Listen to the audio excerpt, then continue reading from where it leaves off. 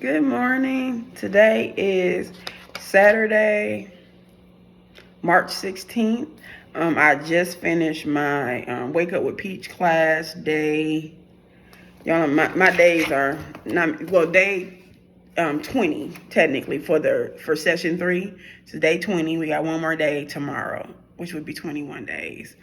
But for me, technically speaking, I did session 2 also. So today is day 41 for me. So today's class was so awesome. I woke up a little later than usual. I usually wake up at 3:30 to prepare and get ready. I woke up at 3:45, so I was rushing a little bit. So I usually come on before the class. I didn't have time. But it was so good. Today's class was so good. Was so good. You just had to be there. Just the topic of kindness came up, and it was so ironic that this was the shirt that I decided to wear today. It's kind people are my kind of people. So towards the end of the class, we talked about kindness, and it's the importance of it. So it was a really amazing class. I will start session 4 Monday. March 18th. Okay, so the last day for session 3 is tomorrow, March 17th. It's also my sister Chick's birthday. So if you watching this, I'm gonna give you a birthday shout out tomorrow too. Wendy, born March 17th, and she's in New York. So I'm gonna give you a shout out tomorrow. But yeah, and then I'm excited about session 4. Like I said, that starts Monday, March 18th. But yeah, just want to come on and the class was so amazing. It was just so, y'all, it's literally life-changing. I don't know, just life-changing. So, and I'm so grateful for the opportunity to be a part of this cohort of women. It's amazing soul, Peach McIntyre. If you don't know who she is, I'm going to put her name below and her social medias. And she's been viral. And, there's been some nasty things said. But let me just tell you, the last 41 days that I've spent with this woman, she's a kind soul.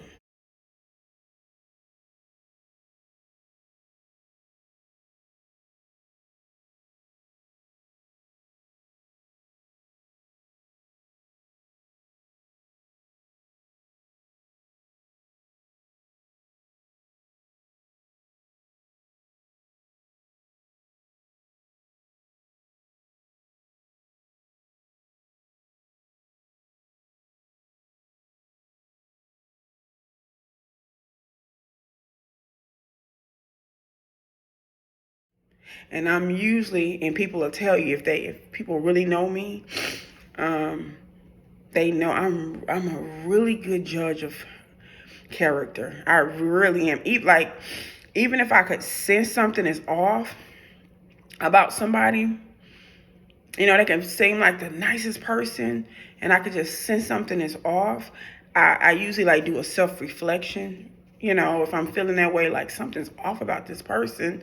I don't do a lot of talking. I don't say it out loud to other people. This is what I'm feeling about her or him. I don't say that. If it's really tugging at me, I'll write it down. In a journal or a note. But I will self-reflect. If I'm feeling that way about someone, I'll say, God, is there something in my heart that I'm holding against this person? Because sometimes, just being honest, it could be. It could be something that you may have heard about the person, and you subconsciously, put it in the back of your mind, or it could be stuff like that. So I'm always self-reflective. But 96% of the time, I'm usually right. And I'm not a perfect person at all. I think that's one of the reasons why I'm able to be a really good judge of characters, because I'm always self-reflective and I'm always honest about who I am and when I've done wrong, or when my intentions or motives, in a situation or with a person wasn't pure in the beginning, or wasn't pure or isn't pure or is not genuine, I will get on myself. And then I have people around me who are not yes men and yes women who will be like, yeah, Frenda, you was wrong. I have mentors in my life. I have close relationships with really close friends who are going to tell me the truth. I have sisters who are going to tell me the truth. So I said all that to say, this woman is a kind soul. And nobody, I don't care who you are, is going to change my thought process about that. It's going to change my heart towards Peach McIntyre. So, Peach, if you happen to be watching this video, I absolutely love you. I absolutely thank God for you. I don't even know, I've been following you on social media for a while. I remember buying an ebook to get monetized on Facebook or something like that for $5, and it worked. So in my mind, I was I wasn't really watching her YouTube and stuff like that. I was like, dang, that worked. And then, started buying little by little stuff. And the stuff worked. The different things that the credit repair, little small stuff, because it would always be so super cheap. I buy it and download it, the ebooks.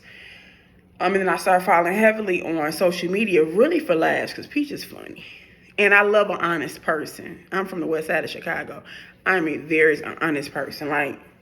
People who know me, like I said, I'm a good judge of character. I am very honest, though. I'm honest with myself, and I'm honest with other people. Now, my delivery with the honesty is something I've had to work on over the years, and I'm still working on that. But I was attracted to the honesty. I love to laugh. You know what I mean? I laugh at myself. And kids, I love children. I have 12 godchildren, and a GiGi baby. So Peach has 7 kids, and I would watch her vlog and want a Disney like that. I have a Disney pass. They are a Disney family. They got Disney pass and Universal, and just watching little stuff like that. Not thinking nothing of it. And I came across one of the videos where she was talking about waking up with Peach class, and she was waking, getting up at 5 a.m. with a group of women. And then I think she also had another class that was evening. I forgot what it was called. And she talked about the wake up class and how much more she was getting done. She was getting her kids to school on time and this and goals and everything. And I remember sitting back, and I had a conversation with God. And I'll do a story time because it'll be too long. But I would say the latter part of 2021 started to get really rough for me. I was still fighting, though. Life be lifing, you that saying? I still was fighting through, but I could feel myself getting tired. I feel like, how I forgot who said, Sophie in Color Purple. I'm talking about, I forgot who said it, like it's a friend. All my life I had to fight. I have felt like that for so long. Not even just physically fighting, because I don't really do much of that. I fought. I ain't gonna front like I haven't. But I did, a lot of fighting with my words too, but just fighting to just be stable in my mind, fighting, to meet goals, and just fighting to be who I am, and fighting to overcome trauma, childhood trauma. It's just always been a fight. And not just for me, but fighting for other people. That's who I am. I always tell people, I got a Harriet Tubman spirit. Her spirit, I feel, you can take this video however you want to. People oh, spirit's deep. And whatever. I said what I said. I feel that on the inside of me, and that once I feel like I'm free from something, I'm going to go back and get some people. Come on, freedom is over here. I've always felt that way. So even as a little kid, if something is going, I've accomplished something, or I've met a goal, or I've come up on something, I'm always looking for somebody else to pull them up with me, you know. And honestly, for the most part, that's a good thing. That's a good thing anyway, but I've been burned. I've been, betrayed. I've been used. However, that has not changed me. I'm going to still be the supporter, the encourager, the uplifter, the one to say, hey, come on, if I can do it, you can do it too. So I said all that to say, the end part of 2021 was, I was still fighting. Yeah, I was still fighting. And I think a little bit in 2022, the early part, but I don't remember. And maybe it is too triggering or painful to go back.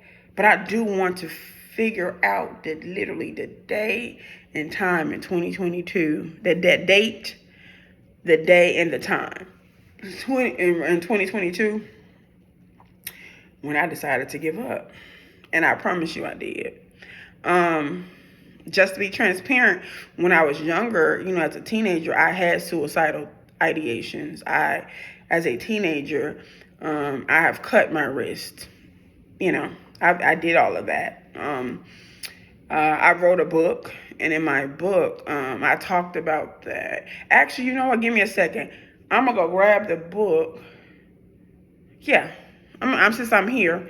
It is the time right now. Here it's 5:41. I'm up. I'm gonna push through. I have work to do today. That's why I was coming on to say, tell you about my day and what I need to do. But the class just got me on fire. So there's a few things that I have to do today on this Saturday. But let me grab the book real quick. I'll be back. So the book that I thought I had, a copy of my book that I thought I had in my future box, I gave it to my friend Angel. When I went to North Carolina, I realized she never had a copy, so I signed it and gave it to her. But I went and found my other book. So it's a copy. I have copies in my house. I'm actually going to relaunch with this book and add a journal, a daily journal to go with it. So that's why I was in my future box, because that's a goal for the future to do. And not a long future. Like, it's not like, something that I'm going to do next year. It's going to be this year. My goal is to have all of that done, and the journal complete. Make this a Kindle version by May, because May is Mental Health Awareness Month, okay? Excuse me. That was nasty. But anyway, I wrote this book, launched it on my actually on my 41st birthday. Okay, so the name of the book is Nobody, Me, and that's like one of those little viral memes or sayings that was going around at the time. Nobody, me. Me at age 40, I'm a virgin. And then the actual topic of the book, this was like an attention grabber, is embracing your life's journey, right? So I had this book in mind. I'm gonna be honest with you. It's just about my life from birth until age 40. Up until whatever age. And I had this book in mind since I was like 36, I think. I think if I go back to my notes, I was about 36 years old when I wrote this. When I had thoughts about, I'm going to write a book about my life and this and that. Maybe 35. And then the topic, I knew it was going to have something to do with my life journey. But the eye grabber topic, it was like always ringing in my ear, even at 36, 37, 40-year-old virgin, 40-year-old. And let me tell you, I put it out of my mind because I was like, no way that I'm going to still be a virgin at 40. Like, stop playing with me. I'm not. So that can't be my topic. You grew up in the church or whatever, you just be like, that's the devil in my mind, or, we blame the devil for everything. And sometimes he don't even be here. Like, he is not omnipotent like God. Like, God can't be everywhere. That's why it's got this little gang banging imps that's everywhere. Like, you go over here, but he can't be everywhere. So sometimes it's not the devil. I said all that to say. So literally, I was like, oh, that can't be the topic of my book, because by 40, I ain't gonna still be no virgin. Y'all, I'm 45. Okay? And the only sex I've had is in my dreams. All right? So it is what it is. Embrace your life journey. So I kept putting it off. And then I resigned from my position with Chicago Public Schools, because I was like, okay, mentally, emotionally, this job is just not doing it for me. It was just it became a drag. I've always, and I continue to help young people and families, but I just needed to get out of that system itself. So I resigned, and I really started, the plan was to finish my PhD, in 2020. That was the plan. Like, I had already started doing work on my dissertation, and I was having some drama with that, but that was the plan. It didn't go how it should have went. Had some money woes, I was paying out of pocket, and I don't know, it just didn't work out like I thought it was going to work out. And I didn't have my consistent income, because in 2018-ish, 2017, 2018, I was paying out of pocket for school. Baby, when you leave your job, you can't do that. So I didn't think all the way through. I will still say till the day, resigning from Chicago Public Schools in August 2nd, 2019 was one of the best decisions of my life. Starting my own business, my own education/counseling consulting business in September of 2019, right before COVID, okay? And a lot of my services were virtual. This was right before COVID, right before quarantine. Well, right before we knew about COVID, because people was already getting sick. Was one of the best decisions in my life. September, I don't know if it was the 5th or 3rd, I had to look it up. 2019, I started those services, doing virtual tutoring, different things like that.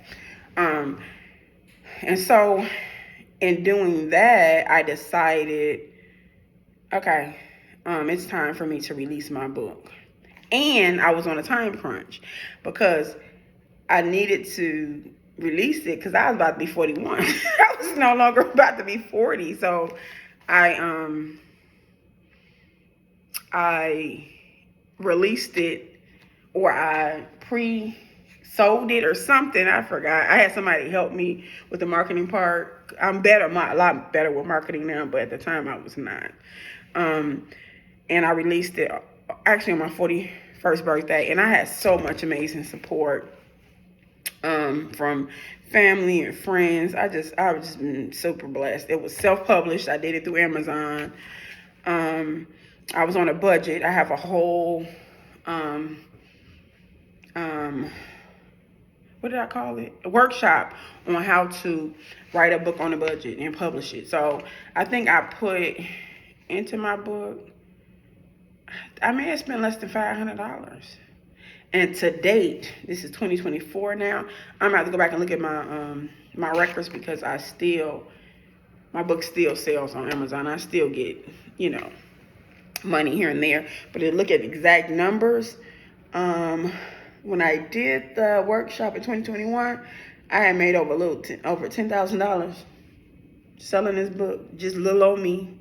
And doing it on my own. I didn't do any book tours. I didn't have anybody helping. I'm right now, I know I've made over $15,000. Could be closer to 20, but I'm gonna actually get the numbers for that. But I said all of that to say, and that's another thing. You've been watching my vlogs, baby, my mind be everywhere. Like, I be having 8 stories in one. But I said all that to say, where I was talking about kindness, and I was talking about me always wanting to, as I get through things, bring people along. When I wrote this book, I started teaching healing journey classes. I taught 2, I think in 2021. And I feel like, though, they were great. Really, the first session was cool. And if you were in my second session, I'm not saying I didn't love you. We didn't have a good time. It was just the second quarter was a struggle. And it's because I had so much going on in my own life and the things and the people around me that it just was very difficult. But I plan to, when I relaunch my book and at the journal, relaunch some healing classes, because that's what I am. I'm a healer. So life happens, life be lifing. But when I said that I gave up, it wasn't in a sense of like physically giving up or saying I want to leave here or die. I have felt that way in the past. I felt that way as a teenager. I've not had any suicidal ideations probably since 21, since 20. Okay, and I'm 45. So in this book, again, I wrote about my life and just some of the chapters. The first chapter is my birthday. The second is my name. My name is Frenda. As you can see, it's a made up name. I talk about like where my name came from. The third chapter is about my mom. I always say this. I'm telling my story, from my perspective.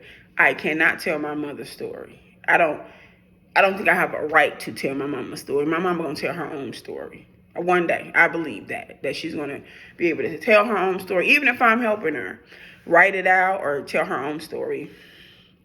So my chapter on my mom is from my perspective in growing up, how I saw my mom and our relationship dynamics. Chapter 4 is my dad. Same thing. I don't think it's my responsibility or my right, let's say that, to tell my dad's story. How I talk about it in this chapter is based on my perspective and my relationship, or when I was growing up, my non-existent relationship with my dad, and some things that I found out as I got older that made me put things in perspective about his absence, or different things like that. So I'm not telling my mom's story or my dad's story. Again, I'm telling mine story as it relates to how I perceived my parents growing up. And at the time that I wrote this, also our relationship at the time. Again, I think this was 2021, right? Y'all, I'm not stop saying what I'm not good at. But let me do some math. And all I'm gonna say is it takes me a little bit longer to do math as opposed to some other people. And I'll leave it at that. I'm learning to be positive with my words. I've heard that. I've heard people say it to me. Your words are powerful, this, that, and the other. It's kind of like the light bulb turned on once I joined Wake Up with Peach. It just turned on. And so I've been very careful with my words and things that I speak out of my mouth, specifically regarding myself. Okay? People always talk about like enemies and who is my enemy, and this, or the enemy being Satan. And my biggest enemy is me. When I'm being negative to myself, like inner me. I found out, through life, that it's me. Period. I don't, I'm not even one of those people that sit around telling my haters. There are people that, be starting stuff. Yeah, but they're not that important to me to even give you a title in my life. But my issue is the inner me, the inner talking, the inner negative talk, the inner negative thought about the limitations, all of that. And I'm able to work on those things in the Wake Up with Peach class. So, but I released this book in 2020, and I turned 41. Okay, so at the time of me releasing it in 2020, again, right before COVID and some things happened, my relationships with my parents at that time, right? Chapter 5 is my self-esteem. I think that was a chapter that I talked about. No, that wasn't the chapter. Well, self-esteem and how I viewed myself, even as a little girl. I talk about chapter 5, 6. I talk about the molestation I endured at the hands of my stepfather. 7 is my adolescence. And I think in 7, let me look real quick, y'all. And literally, you read this book, it's like having a conversation with me. And people say that. I'll have to look at like some of the reviews. And some people who don't know me literally said it. I think this is when... Did I talk about suicidal thoughts? One of these chapters I did. I don't remember which one. Yeah, I don't remember which chapter, y'all. I'd have to come back and tell you. I don't know, maybe I thought it was adolescence. It had to be after adolescence because I did not start with suicidal ideations until after I was molested. So it had to be like chapter 7 or 8. I don't know that I talked about it, but it's in here. Then chapter 8 was my answered prayers. I think chapter 8 was more so when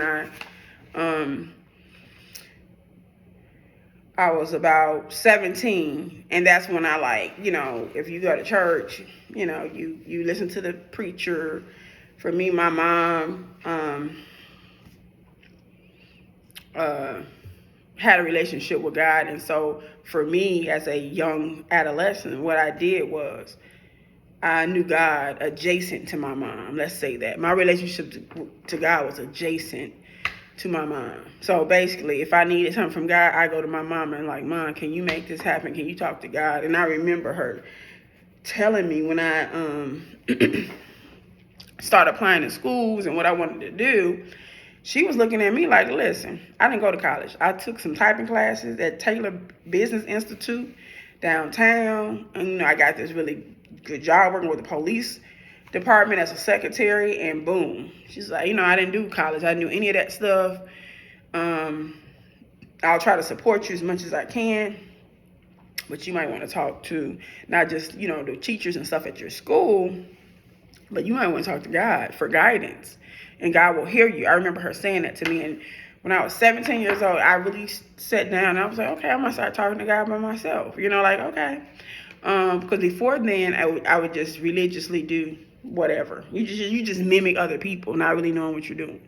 Even in my prayers, I just mimic what I heard and saw. That's what kids do, right? So to go back a little bit, one of my favorite shows still today at 45 years old was A Different World. Period. I loved that show. I was 12 years old watching that show, and at 12 years old, I said to myself, I'm going to college. And when I go to college, I'm going to go to college with people that look like me. Now, mind you, I was in school at 12. By the time I was in 7th grade. Oh, actually, no. It makes sense now. I had to come back. When I was in 7th and 8th grade, I was in a school that was predominantly Latino. That's what it was. So that's why I was like, why do you keep people that look like me? My experience at the school, I had, you know, really good friends, you know, at 12 and 13 years old. But when I look back on that experience, I want to say, I felt like, and I'm not off with this feeling, when you're in it at 12 or 13 years old and you don't really know what's going on, I felt like the black students were pitted against the Latino students. And no matter what you did and how much you worked hard or did whatever, the Latino students in this particular school were elevated above everyone else, whether it was like academically, whether it was, any extracurricular activities like student council, things like that.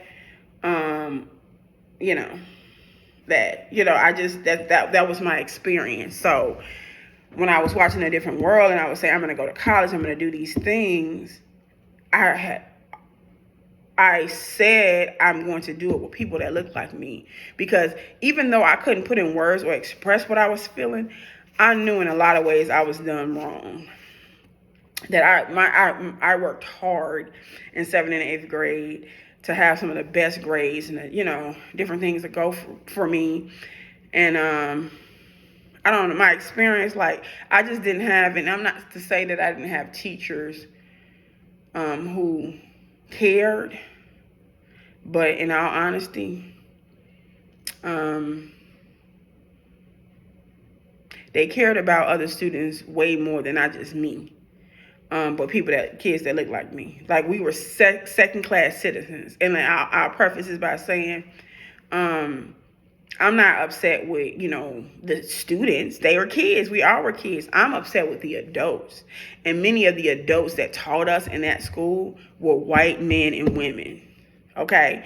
If there were not Latino teachers or black teachers in that school, they were white. From the principal to all the teachers, they were white. We had one black teacher, right? Mr. Dandelis, right? You would think a name like that. Not Dandelis. I'm messing up the name. I don't know. It was a black math teacher.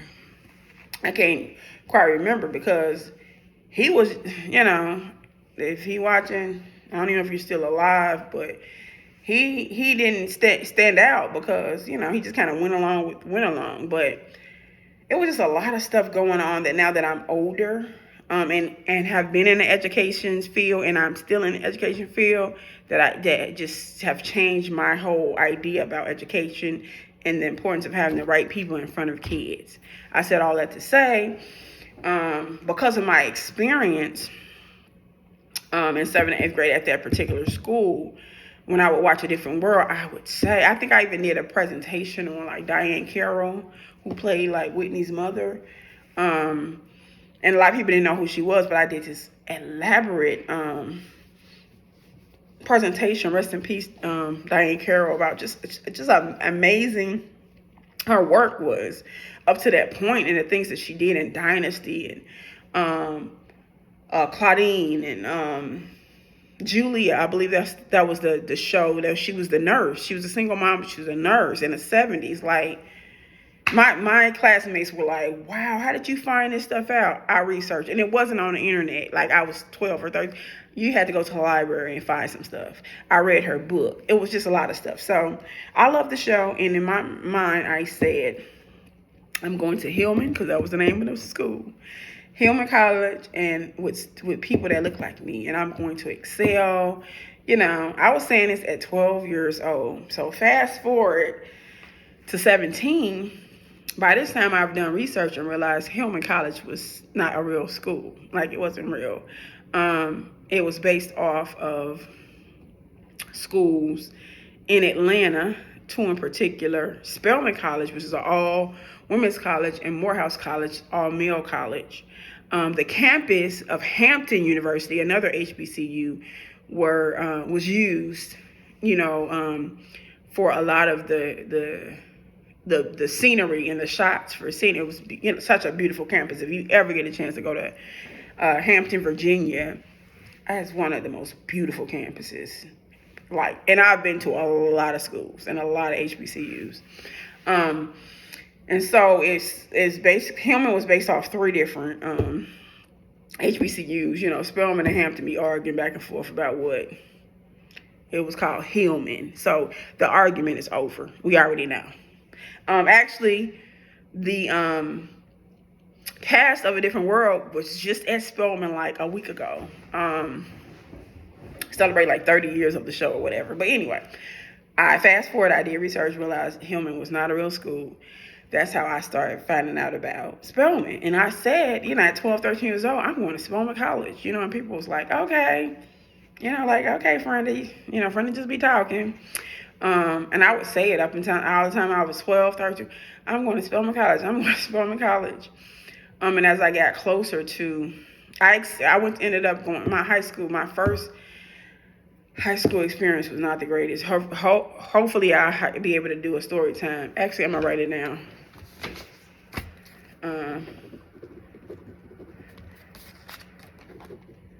So maybe I'll be able to tell that one time.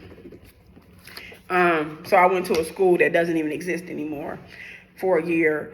Just out of, I don't know, again, my experience in 7th and 8th grade, and the people that, the adults that were supposed to help guide me, they just dropped the ball, and I realized as an adult now and as an educator now, they didn't care about me, period. And that's the worst thing that you can, if you're an educator in kids' lives and you're part of like, empowering, teaching, educating, and you don't even like them, leave. Like, why are you here? And a lot of people get into education, and there's some great, amazing educators, okay? I went to college because of some great, amazing educators in high school, and I'll talk about them. That's going to be another story time. Y'all got so many stories. At 45, I feel like I done lived 2 lives. But this is why I made it to college, and I feel like I was successful and all that great stuff. But yeah, they didn't care. So I ended up, I got into a couple schools because I wasn't the best test taker. But my mom was not in a position to where she could pay for bus cards for me to get from the west side of Chicago to, I think it was Curie. I was thinking about, it's so crazy because my niece ended up going to Curie, and I ended up living right up the street from Curie a few years. Like, it's just how things, come full circle. I didn't end up going to Curie. I ended up going to, like I said, the first year at a very small school that ended up shutting down, and then I transferred to Crane. That's a big thing because when I was in when I was in elementary school, Crane was a neighborhood school. And the teachers that stood in front of me that didn't look like me, basically let me know and let us know. You end up at Crane, that would be the worst decision of your life. Like, in so many words, you won't, be able to excel. It's a neighborhood school. There's so much stuff going on. It was just so much negative talk. Not even thinking that with talking to students, sometime a neighborhood school, you're forced to go to a neighborhood school. Why? Because, again, transportation. I live right a block up from Crane. That's where I really should have went freshman year. But because of all the negative talk, I even think I did a paper. I'm going to see if I can find it in our school newspaper about, the importance of, your grades and trying to test well and applying to schools. Like, and at the time it was magnet schools, Jones. It was Jones Commercial. It's Jones College Prep now. Whitney Young. And, it's nothing wrong with those magnet schools, but it's nothing wrong with, as a student in elementary school, shooting for the stars and trying to get to magnet schools. But to downplay neighborhood schools, and basically regurgitated, because that's what I did, what people had told me, So my freshman year, I did not go to school until like October. It was a lot, y'all. I'm going to do a story time. Went to a school for it to close just to end up sophomore year at Crane. And I was so sad because all the stuff that they put in my head, I was just like, oh my God, I'm not supposed to be here and this and that and whatever. Going to Crane, at the time it was Crane Tech Prep. No, Crane.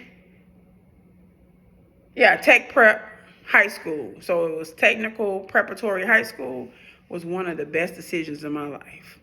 And I tell anybody that will listen, I was able to go to Spelman and excel, obtain 3 master's degrees. If you're looking at this, don't do what I did. Ain't no way you need 3 master's degrees. And now working on finishing a PhD, it all started at Crane High School. And let me tell you why I started. The school was a neighborhood school. We had issues with gangs. It was just a lot of stuff. But beyond anything else, I had educators in that school that loved me. Period.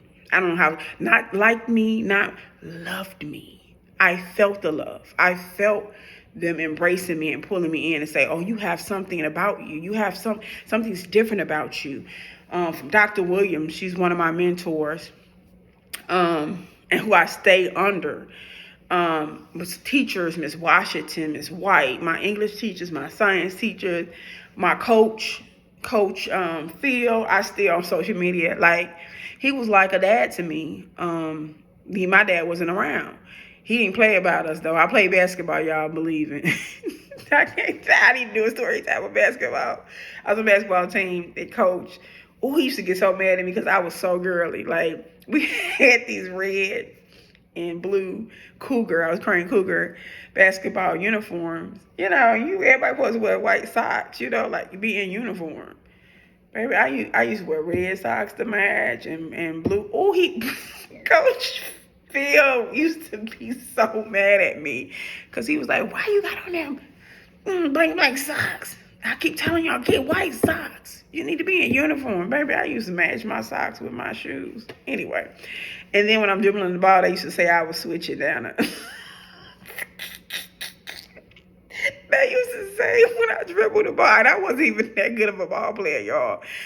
I would they put me in the game doing defense so I could foul people. And I was tall enough and lanky enough to, knock the ball out of your hand.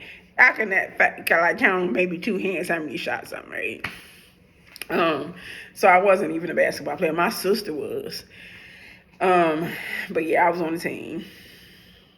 And one of the reasons too that I was on the team, I was like, oh, maybe I can get a scholarship. Ain't nobody was gonna pay me to play basketball. I have the skill, so I don't know what crossed my. I was just thinking about getting some money to go to school. So I was trying to do a lot of stuff how can I get money to go to school? Anyway, I played basketball. Coach Phil was, again, like my father. He was tough on us, but he loved us. And still today, I'm 45 years old.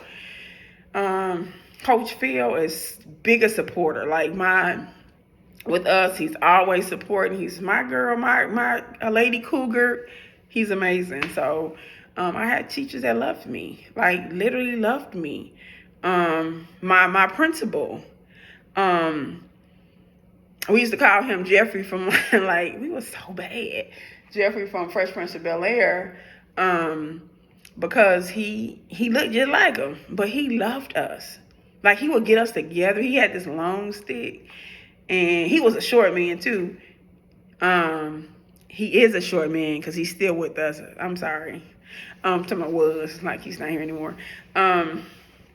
He walked through the hallways, and if you the bell rung, you went in class. He had this long yardstick, and he was, short.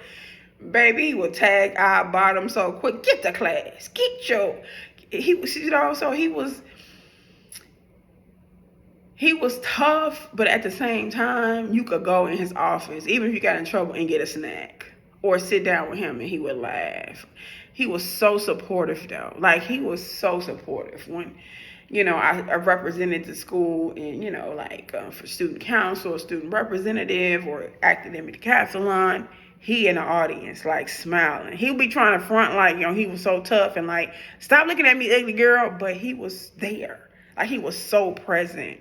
Not just like in the building and in our classrooms and walking around. But when we went out to compete, basketball games, like I said, I played on the basketball team, volleyball games, softball. I played softball until I got hit in my eye, honey. That was it. I said I quit. Academic decathlon, he be in, literally, Melver Scott, he would be in the audience. Like, he didn't miss any of it. He was so present. So going to that neighborhood school, y'all, was one of the best decisions in my life, because it set me up, first of all, with people who cared about me. I'm not saying my experience was perfect, because I was an awkward teen. I did have some friends, but,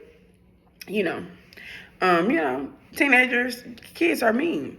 I wasn't no punk, though. I'm going to tell you that. I wasn't a punk, but, and when you're different, and you don't, do what everybody else is doing, people like, try to do the whole picking on you stuff. They tried, but they realized real quickly, okay, yeah, the smart, quiet girl, she ain't going. So I just would have some instances with people where I'm just like, listen, I don't bother nobody, but you're not about to bother me either. So when it's all said and done, I'm not trying to mess myself up and get in trouble or get suspended. But if you want to fight, we could find a place to go do it. Like, we don't need we didn't have no cameras and all, they record everything today. If it's the locker room, I've had to tell people, listen, we don't have to fight in front of no class. We don't have to go back and forth. Everybody here, you got an audience. I don't need an audience to whoop you. So I don't need one of those. So I think when people start realizing this girl is quiet and, she smiles a lot, but she's crazy. Leave me alone. I'm still like that today at 45. Leave me alone. I don't bother nobody, okay? I don't. And then leave other people alone. What irritates me is when I see people being bullied and all of that, leave them alone. I can't stand bullies. But anyway, it was one of the best decisions in my life. It also put me in a position where I was able to stand out.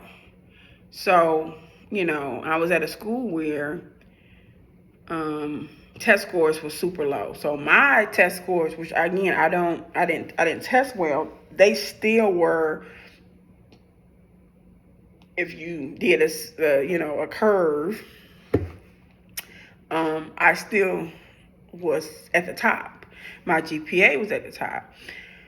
I was introduced to programs, enrichment programs that put college in my mind, like Project SOAR, where I went to college campus, for 8 weeks in the summer, took college classes in science, like STEM and science classes and math classes, stayed in the dorms, all of that, and got a stipend, got paid for it. It was just so many programs that Dr. Williams and Mr. Scott and Coach Phil, and some of my other teachers put me in. They just exposed me to so much. And so it was one of the best decisions in my life. So when it was time to apply to Spelman, I'm gonna be honest, like my same teachers still today, I say still love me today. They were supportive, but it was hard for them, honestly, to think of a student coming from their school going to such a prestigious school. And so I had, one of my teachers say, and she later apologized because you could say stuff just like even as adults, and I'm a godmommy, it's some things that I've said or done with my godchildren that was just like, oh shoot. At the time I didn't realize it was wrong or it was impulsive, but one key thing that I do with my godchildren or even the young people that I work with, I apologize. I'm quick to apologize. And so she ended up apologizing, but I remember her saying like, you're a star, you're this, you're that, and everything you touch, you excel. So God has always had his hand on my life. And I'm a hard worker. Faith without works is dead. Like, stuff was just not happening for me. I did work hard, but I know it was also the favor of God on my life. I know that a lot of the stuff that I had or was able to be blessed with, it wasn't just me, my little self doing it. But she told me, she said, you're a star here, you're this here. And I just wanted to apply to Spelman. I didn't want to apply to no other schools. And I think they were just saying, Frenda, just in case, you need to apply to other schools. And I think I ended up doing other schools, other HBCUs. Because again, I was still stuck on what I said at 12. Go to college for people that look like me.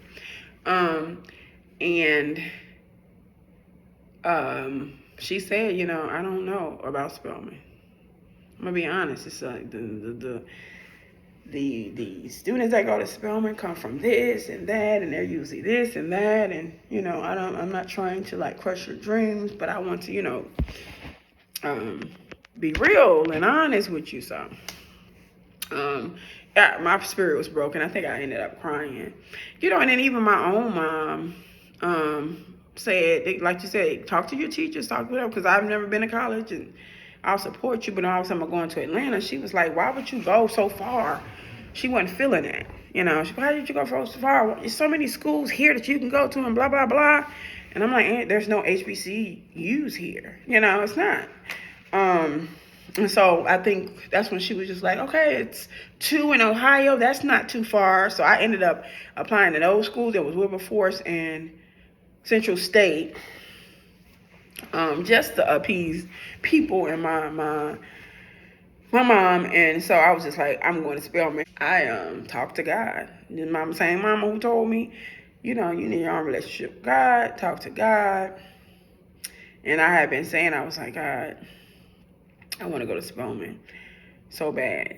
And I feel like there's no way that you would have orchestrated my life and had me saying this at 12 years old if this is not where I'm supposed to be.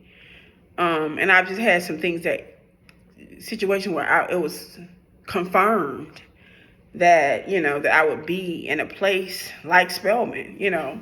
So I just was like, God, I just don't know. I know I don't talk to you, but, you know, a lot of times is when I want something, my mama said to talk to you. I'm 17 years old. I'm going to talk to you. I really want to go here. And I think I said something to the point of,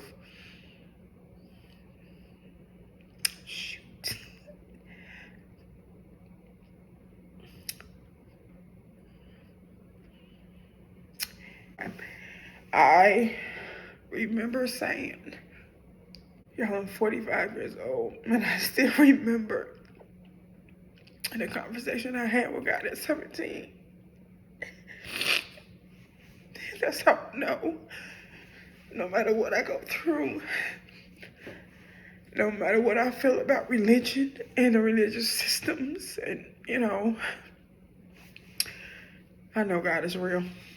Can't nobody tell me that God is not real. I've spoken to God. I have a relationship with God. You know, even in my darkest hours, but I remember saying to God, if you would help me get into this school, and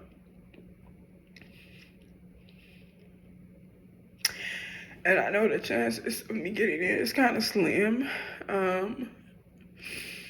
based on what people were saying. Because when I was told I'm 13, 14, 15 years old and saying it, I didn't believe that I couldn't get in. And it wasn't until people started telling me, like, oh. I remember telling God, and then my glasses about to be wet, and I ain't gonna be able to see. So I hate crying, bro. I just don't like it. God, whatever name you want to be called, if you get me or help me get into this school, I promise with all my heart. Biggest thing that I said that I promised to do, and why I'm probably so emotional because I'm doing it. I told God that if he helped me get into this school, then I would spend the rest of my life helping other people like me, helping young people who've come from the same situations as me, you know, being a first generation college student. I would spend my life, no matter what career field I chose, helping young people get into the schools of their dreams. I said that at 17 years old. I was 17. I don't even think I knew what I was promising God, but I felt it in my heart. I'm so glad I didn't get my lashes done, because maybe they would have been off. But I told God, you get me into Spelman, I'm going to spend the rest of my life, whatever career field I get into, even if I do it for community service, helping young people get into the schools of their dreams, y'all. That's what I've been doing. So I got emotional because I'm like, shoot, you forget some stuff that you've said. But for 16 years, I worked as a high school counselor in Chicago Public Schools. And I work with thousands and thousands of students and families. And there are some of my students now who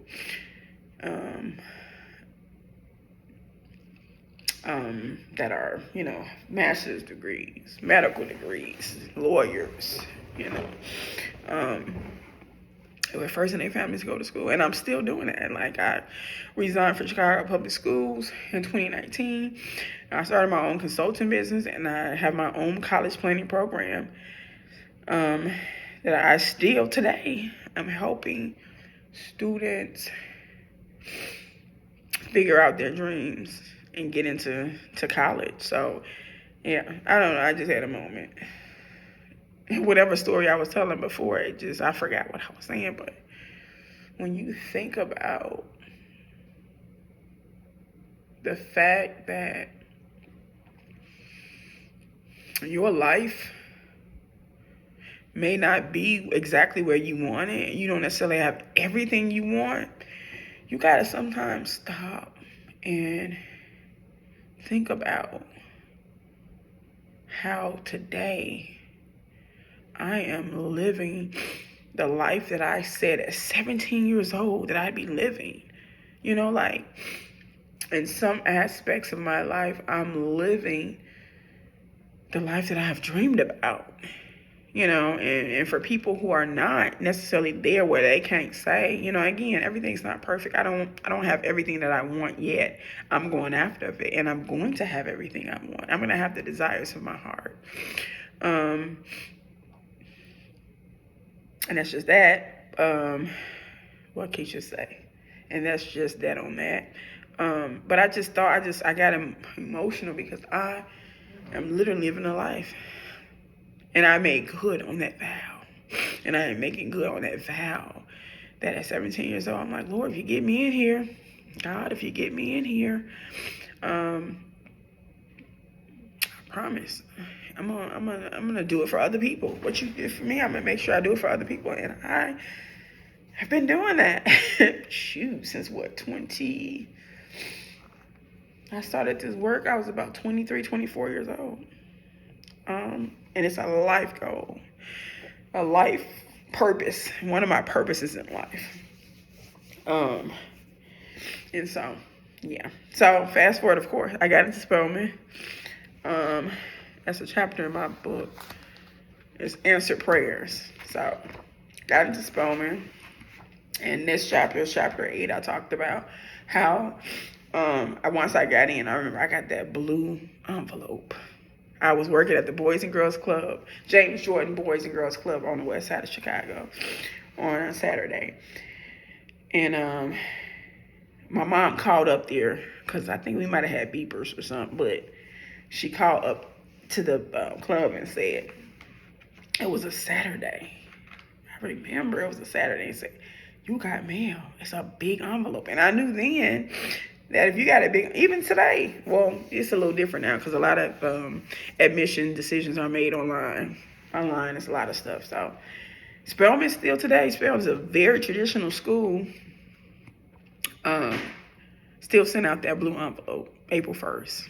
They have not, that tradition. I've had students that I've worked with become my Spelman sisters. And so it's always a celebration. I have 3 who are waiting for April 1st for the blue envelope. But my mom called me and he said, Frenda, you got an envelope. It's a big blue envelope from Spelman. And, when you get home, I want you to see it. My mama had opened it. Like, you talking about boundaries? She had opened it, so she already knew. And I knew she knew because she was emotional. Like, her voice was, like, crackish. And mom, like, crackish. I didn't mean it like that. But her voice was cracking. And my mama wasn't no crier. If she was crying, it was because she was praying.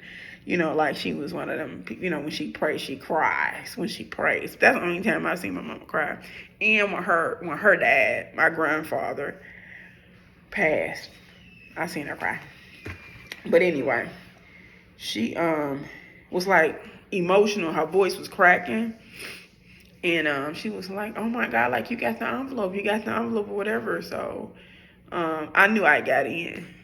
So I knew I got in just based off, she was trying to like word it, but I knew my mama opened my mail. She used to open my mail all the time. Even when I was in college or became an adult, she just was open. She just was my mom. Anyway, so I remember getting off work. I was excited, and everybody was looking at me because they was nosy at the Boys and Girls Club. Just so no, always in somebody's business. I was too. And they were looking at me like, what? And I was like, I got my letter from Spelman. And they was like, oh, congratulations, girl. I said, well, I haven't seen it, but my mom said it's there. So people are just toasting up, like my director, Kenny Butler, and a few other, the secretary. Oh, I see her. I can't even think of her name. She passed a few years back. Can't remember her name, but they were at the front. It was a little circular day, and they were celebrating already. So I had like maybe an hour left for work. And then the students were like in basketball or something. I remember walking home because it was only a couple blocks from my house, and I was so emotional. Walking home, and I remember walking home, and tears were just coming down, and I was just like, thank you, God. And everything that I said I was going to do, I'm going to do. I'm not going to forget. I'm not going to forget what I promised. Because you kept your part of the deal, I'm going to keep part of mine. I remember saying that to myself. Y'all, I talk to myself. I've always talked to myself, even when I was little, and I answer. So you think however you think about that, but I do. I got to the house, and then my mama gave me the infamous blue folder. It was open. Like I said, my mama had opened it. And a little TMI, I sat on the toilet because I had to use the bathroom. And I took the papers out. And the first line was like, congratulations, you've been in. And like, Frenda, congratulations, you've been admitted to Spelman College. For the 1998 school year. And I just broke. Like, the door was closed. My mama knocking on the door. She outside. It was so dramatic. She outside the door crying. I hear her wailing. She's crying. I'm on the inside, sitting on the toilet crying. And yeah, so this vlog is so long. So I'm gonna end it here, and we'll talk a little bit more about my experience at Spelman and stuff. That's another story time, which changed my life and my perspective on myself and why I am a girl's girl, why I love black women, why I support black women, why I think today I am a really good friend. Not that I think, I know I am a really good friend. I am a really good sister. And I think a lot of that foundation was laid at Spelman College. Was everything perfect? No. Of course, nothing is perfect, but a lot of that was, that foundation was laid. But to end the closing up the chapters of my book, chapter 9 was my relationship with God. I got closer with God. Of course, after that, talk to God. This came about. Now I feel like I can talk to you myself and develop my own relationship. So I did that during my college years. My 21st birthday was a very important year for me. I talked about that. We can get into it. I can actually do a story time on each chapter. Baby, I got stories for days. If y'all sitting here, just get your popcorn, honey. Chapter 11 was my soul tie. And how you can have a soul tie with somebody and not even sleep with them. You can have your soul tied. So I talked about that experience. 12, I had a porn addiction. And I was just very transparent and honest about it. To each his own. My chapter in my book was about my addiction. And anytime something is an addiction and it's not balanced, it's not good for you. All right. So I didn't spend a chapter judging anyone who watched porn or, saying if something is morally correct or morally not correct. I want to preface that this was an addiction, and it was tied to some other things in my life, abandonment, all of those issues. So I talked about my experience with it. And then my final chapter, and I purposely made my chapters an odd number. I ended at an odd number. I was intentional about that. I ended at chapter 13. 13 itself is not a significant number per se, but I just wanted the odd number, even if I ended at a chapter 11 or chapter 17, something a little odd. I think I initially had 17 chapters just to have the odd, but I was running out of time, honey, because I was turning 41. And how you gonna say 40-year-old virgin when I was 41? So I had to release it. So I ended with 13 chapters. My last chapter is talking about my virginity. And I am at 45. I am still a virgin. Again, the only sex that I've had, and I'm being transparent, is in my mind and with myself. That's it. And a lot of stuff is tied to that. I was molested. I've been very fearful about being abandoned or left due to my issues with my own father, the abandonment there.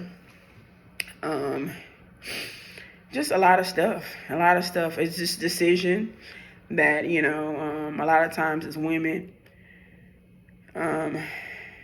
we're so afraid, oh my God, I don't want somebody to come in my life and mess up my life. I didn't want to mess up anybody else's life either.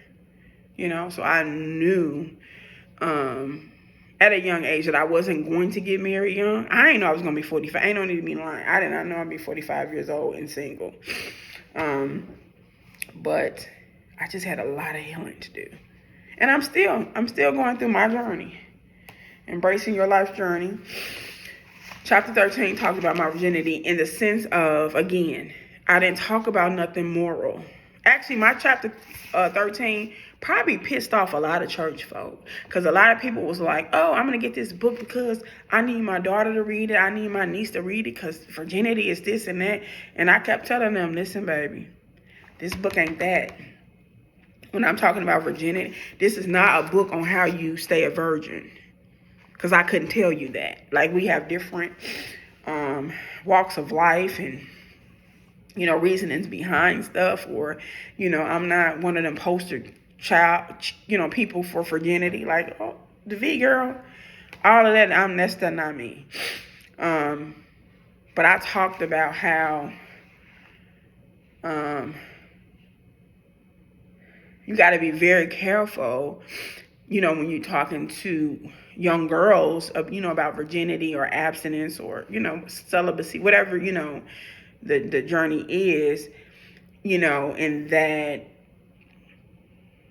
in a very religious way. You got to be really, really careful, because you sometimes create, without trying to, and some people it's intentional, you create this mythical ideation of oh, you stay a virgin and you keep yourself and this, that, and the other, and then you're promised with this amazing husband.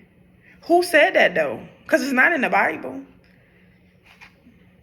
So I had to come to, I had a serious conversation with God when I was 38 years old.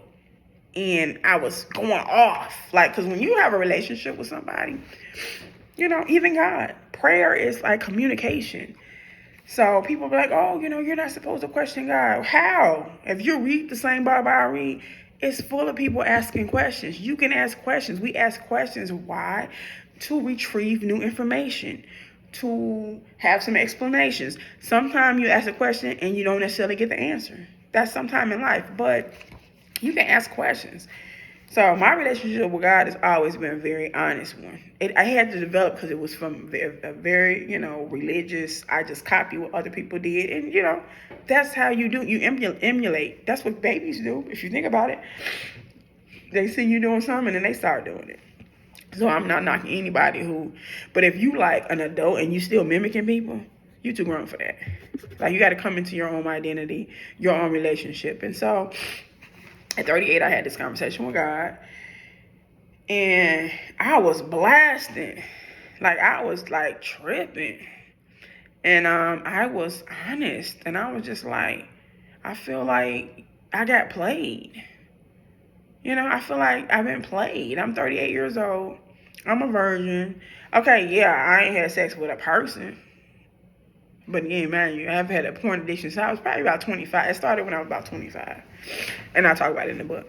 And this and that. And so I was talking to God like I was owed something. And God had a honest conversation response to me. You talk to God enough, God will speak back in several ways. And God speaks in different ways. So don't get attached to like, oh, how other people hear God. Know God for yourself and figure out how God speaks to you, right? So God responded and was like, can you tell me the date and time when I said that? Can you point me in my word where I said, if you remain a virgin, that you're promised like this amazing husband? Where is it? Y'all, it ain't in the Bible. And I'm not here to argue and go back and forth with people. If you feel like you can prove me wrong, say that.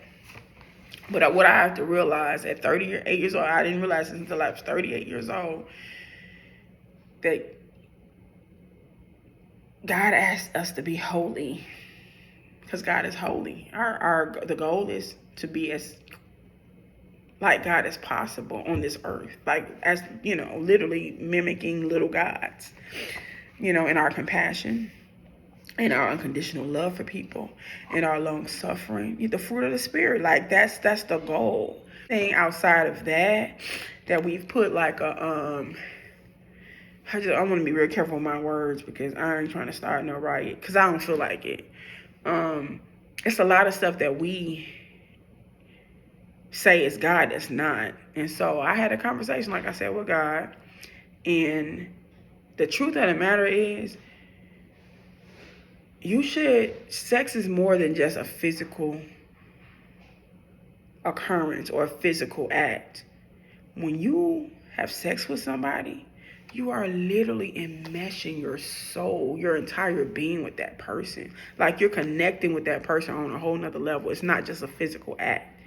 So I'm not regretful, and I still make a conscious decision, to hold my virginity, not because I'm better than anyone, not because I'm perfect, and this book will show you I'm not perfect at all, not because I'm gonna get a big old medal or my crown gonna have a big diamond when I get to heaven. None of that stuff that they tell you. I do it because it's a conscious decision. I'm not just gonna give my body, my purpose, my soul to anybody. And that's just that. I don't care how old I am. And people used to say all the time when I was 25 and they find out I was a virgin, girl, wait till you're 30. And then when I was 30, wait till you're 35. Or wait till you're 40. I haven't heard anybody say anything after, but I'm going to wait as long as I need to wait. And it's a conscious decision, like I said. And again, I'm not on a campaign to say, oh, women should be virgins. I think women should make informed, decisions that benefit them as it relates to their body, as it relates to their purpose, as it relates to their mind and their soul, and not be so quick, and this is not judgmental, not be so quick to intermingle your life, your soul, your spirit with just anybody. Just, because you're trying to get off. And I'm speaking for women because I'm a woman. I'm not going to even speak for dudes. I'm not. So that's just that. That's the last chapter in my book. And then I think I ended the book with like, I ended the book with this. I'm going to read actually the epilogue. I have learned through trials and triumphs to embrace my journey. I may not always understand my journey. I may not always agree with what's happening within my journey. I may not always make the best decisions while I'm on my journey. However, I have no regrets. And still today, I say this, I have no regrets. I am entering year 41. This is, again, I'm 45 now. Filled with expectations for whatever my continued journey will bring. I'm excited about my future. I look forward to witnessing the fruition of every prophetic word spoken over my life. I'm using this section of my book to share a few prophetic words spoken over my life. I will leave these words here as a reminder of God's promises for my life. I want to thank each of you for your support and for purchasing my book. If this book blessed you in any way, please pass it on to someone else. Again, thank you so much for your support. It's like a little letter to anybody that wrote it. And then if I send these out myself and you don't get it from Amazon, I sign it and give it to you. And then I have some words, like prophetic words, spoken over my life. And I only have these written because I use the record, the little record option. Like when people, if you go to church, you know, either you get somebody else to record it so you can kind of write it down, or you just hit the record button on your phone, you know, record sermons or whatever. So I was able to record specific ones, not everyone's. And I put them, it's a prophetic word from Arian Johnson from 2019. And I got it transcribed. A prophetic word from Jimmy Mitchell in 2019. And I got two prophetic words from my pops, my spiritual father, Dr. Matthew Stevenson, 2019, and then one in 2016.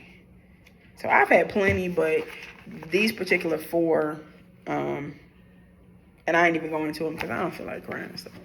I already cried on this thing. But yeah, that's my book. It's on Amazon.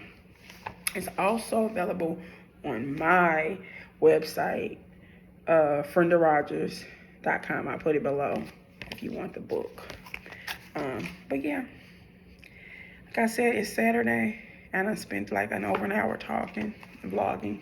But it's Saturday. I finished my class, my 4 a.m. class, and now I have some reports to do. I have a 10:30 meeting with the organization that I do contract work with, therapy.